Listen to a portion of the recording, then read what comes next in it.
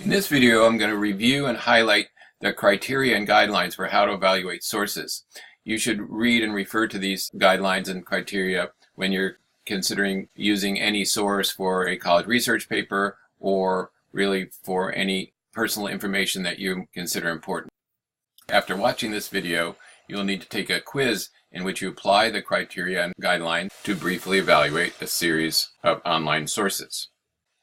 Then you'll watch one more video in which I review the evaluation of those web pages, and then finally you'll have to complete an assignment in which you do a more in-depth evaluation of one online source that you get to select.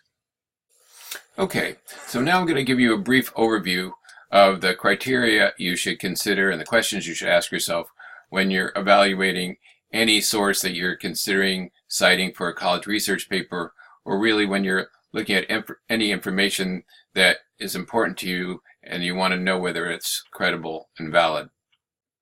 So the first question you want to ask yourself about any source that you're considering citing for a college research paper or just using for your own personal information is, who is the author? The author is the person who's most responsible for putting that information together, and you should know something about who that author is and what their qualifications are. So when you're looking at an online source like a web page or an online article, look at the beginning or the end of the page to see if there's authors listed, and if so, see if there's information about that author or the authors at the top or the bottom of the page, or there may be a link from the author's name to more information about the author or authors. Or you might be able to find information about the author or authors somewhere else on the website itself. And if you cannot find any information about the authors on the page itself or from a link, you should Google them to see if you can find more information about them somewhere else on the web. You want to look for something about the author's background and credentials, and if possible, try to find somebody who has an advanced degree, that is a master's or PhD in the subject that they're writing about, or who is a professional journalist, that is somebody who has a lot of experience writing for magazines or newspapers or other reputable publications. And if the author does not have an advanced degree or are not professional journalists, they should be somebody who has clearly identifiable experience or expertise that gives them credibility to be writing about the topic.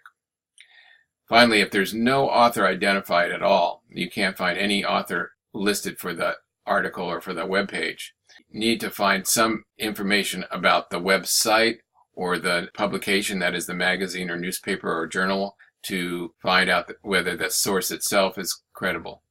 If there's no author identified and there's not a clearly credible organization responsible for the publication, you should not cite that source. The second question or criteria that you should be considering is, what is the purpose of the website or the publication, that is the magazine or newspaper or book, or the organization that's sponsoring that source?